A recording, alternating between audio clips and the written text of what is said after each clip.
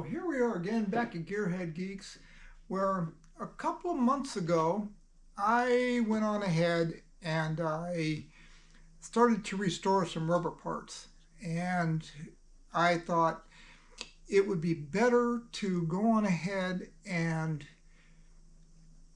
do the restoration and then show you the results after they'd been sitting for a couple of months to make sure that they actually didn't dry up again and do whatever, because a lot of rubber restoration does that. So let me show you the whole operation, and then at the end we'll take a look at the results. Well, for our first attempt to restore rubber here, we have got an old rubber boot off of I think this is off a Yamaha AT1, and it is as hard as a rock. And if you can hear this, you would think it's plastic. This used to be rubber. So what we're going to do here is I am going to take a bag with, this has got a Ziploc top on it that makes it a little bit easier to deal with. We're going to put our part in here, and then we're going to use something called methyl silicylate. I guess that's how you pronounce it, if you can see that. And I got this on Amazon, and it is not very expensive. For this is a fair amount. This is oil of wintergreen is what this is, but it's sold as a pure chemical. Smells great. I mean, a real strong wintergreen. And what I'm going to do here is I'm going to put some in that bag, and along with the part, and we're going to soak it in there and let it soak for just a little bit, just to get it going. And then what we're going to do is we're going to put it in the ultrasonic cleaner. The ultrasonic cleaner will be heated up, and it really will help draw all this stuff into the rubber. So, and then the next one we have is this guy here. He's got the same problem, but this is in the bag, and all we're going to do here, and hopefully this, you have to be careful of some of the bags. This is also an experiment for me, because this stuff will eat through the bags. And I'm just going to pour some in. Not a lot. You can see there's just, I probably put in 2 ounces of it maybe. I'm going to close the bag up, and what I'm going to do here is I'm just going to kind of soak this thing so it's kind of it gets everything kind of wet. And then I'm going to take and get as much of the air out of this as I can. And the reason for that is just to try and hold the chemical against this. And hopefully it's not going to eat that up. We'll let that sit for a few minutes, and then and the only reason for I'm letting it sit for a few minutes, not because I have to, is because I need for the ultrasonic to heat up. I wasn't thinking, and I went on ahead and started this without heating that up. So we'll let that go. That's just plain old hard as a rock. I know this stuff works. I've used it on a couple things, on a couple of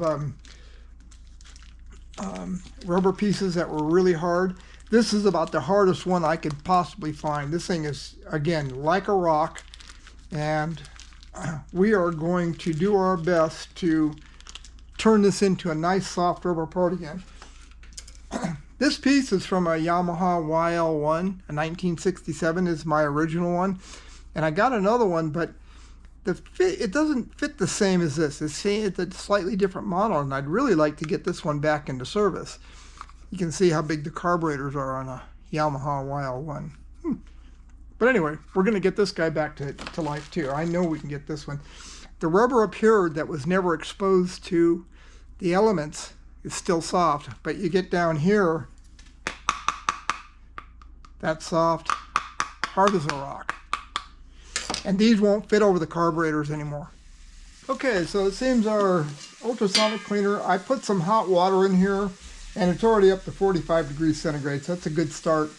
And it's just nothing more than hot water. You don't need any cleaner because we're all in the bags anyway, that if this starts to leak, it's going to just contaminate good soap. So what we're going to do is we're going to put this in here, and the only thing I see that might be an issue is we need to figure out a way to hold it down.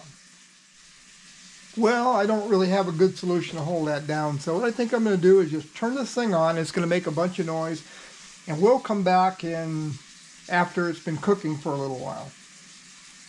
And I'm going to put this for about 15 minutes to start. Here we go. And that should just make a complete racket on the camera. What I can tell you about this is when I did turn it over, the heat has made that thing soft. So just in 7 minutes, it has softened it up, and now that the chemical can start soaking in. Okay, well, we've had our 15 minutes go by.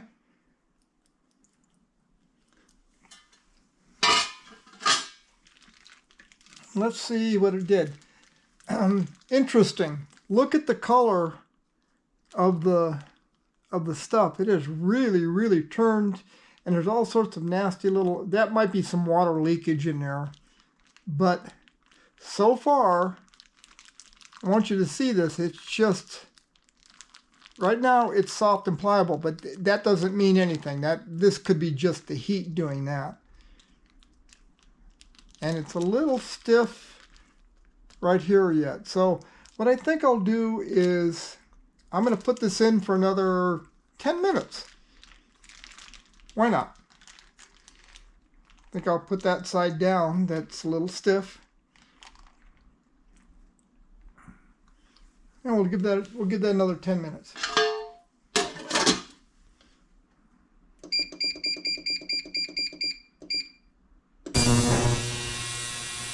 We'll be back. Okay, let's see what we have here. We've had a total of 25 minutes in here. And it's warm, there's no doubt about it. And it seems like there's a bit of leakage in there, but that's okay. But this guy is soft and pliable. Now, does that mean anything? Absolutely not. This could be just the heat doing that. So what we're going to do here is I'm going to pull this out, and I'm going to do nothing more than just put it down, and we'll set it aside. And while that's happening, what we're going to do is take this guy, and again, remember, he is rock hard. So we're going to do the exact same thing with this guy. It does seem that these great value bags they seem to be holding up. A little water is getting in there, but that's okay. You can see it, a little bit of the oil came out.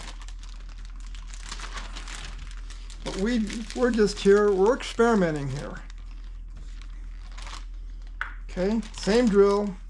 I'm going to pour some in here, not a lot. A few ounces. And I'm going to take this and get as much air out of this as I can, and then squish it around.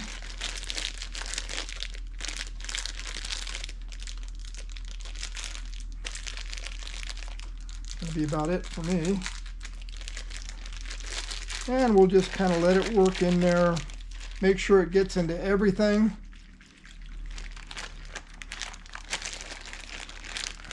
And it could be that the leakage is coming around from this seal. It's, you never know. So what I'm going to do here is we'll put this guy in. Boy, that's rock hard. We'll put this guy in with the seal going up, and put the lid back on, and we'll give it, you know what, let's just give it 30 minutes.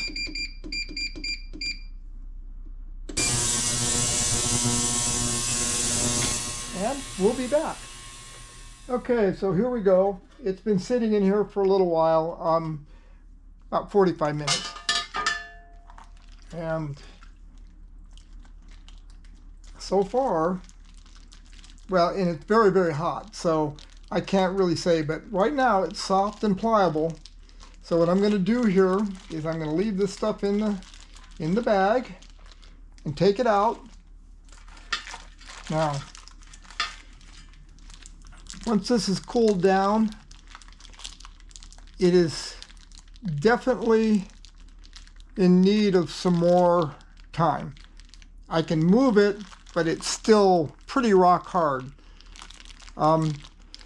I couldn't do this before, so it has softened it up some, but it's still not even close to being enough.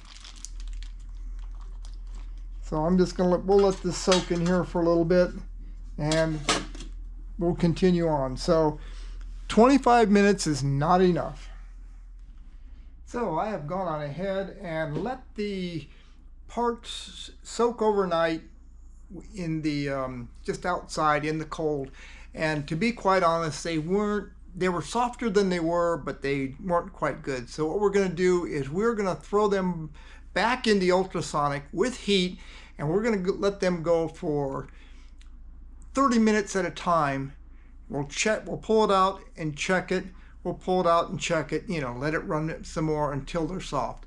I do believe that the heat expands the rubber enough to where the chemical can get in, and the vibration probably helps that. The difference that I saw in the first doing it for like 25 minutes is that it was not rock hard anymore. It was stiff, but it wasn't rock hard. So, and that was after it had cooled off. So there was a pretty good effect. A lot of times I've seen where people have done this type of thing and they had to let it sit for days and days. Well, this sat overnight just because I ran out of time. I had other things to do, but the ultrasonic seems to make it work really, really well. So I'm going to go on ahead and throw them both in there. I've heated up the ultrasonic. We'll throw those guys in there and I'll give it another 30 minutes and just keep on checking it. So here's our little air intake, and it just got a little bit of flex. The other side up here that was kind of hard is now soft. I can flex these a little bit, but not much. It still isn't very good. So I'm going to kind of throw this guy underneath there, and we'll put the lid on it, and that should hold them down enough. Pretty good. And then I'm just going to go and do 30 minutes, and away it goes. So we'll be back. Okay, so a couple hours ago I turned this off, and let's take a look and see what's happening. This is warm, but it's kind of lukewarm. Well, maybe a little bit warmer than lukewarm, but still not very warm. Okay, so here is the AT1. So some water has gotten into the bag, no doubt, but look at this. Wow. It is as soft. Remember, this was hard as a rock, and now look at it. That's amazing at this point. So now, get that one out of there. So our little YL1 piece, which was stiff and hard at the moment, is super soft and super pliable. So what needs to happen now, and the good part is it looks like where it goes onto the carbs has stretched out dramatically. So we'll let these guys cool down, and we'll take them out of the bag. Now let's just take them out of the bag. We may be putting them back in, but that's okay. We don't mind. Phew, boy. That, this little guy is soft. He's actually too soft at the moment. It needs to cool off.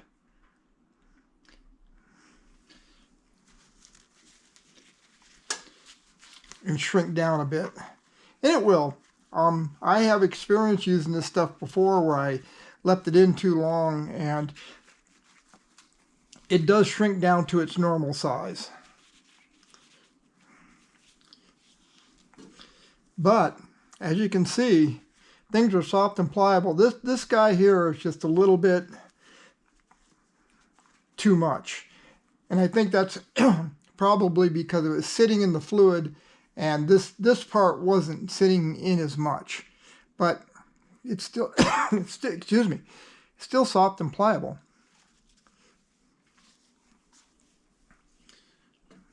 Now let's take a look at this guy.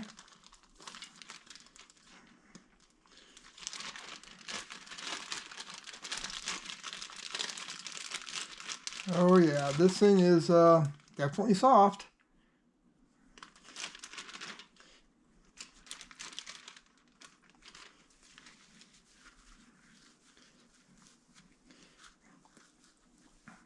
And there must have been a coating of crud on these things. I don't know what it is. It's kind of this brown stuff.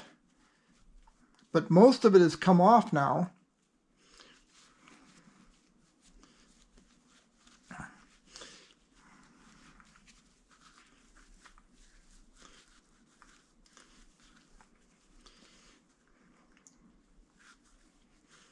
So we'll go on ahead and leave these guys out for a while. Let's see what happens to them. Let's give them a few hours and we will come back and reevaluate.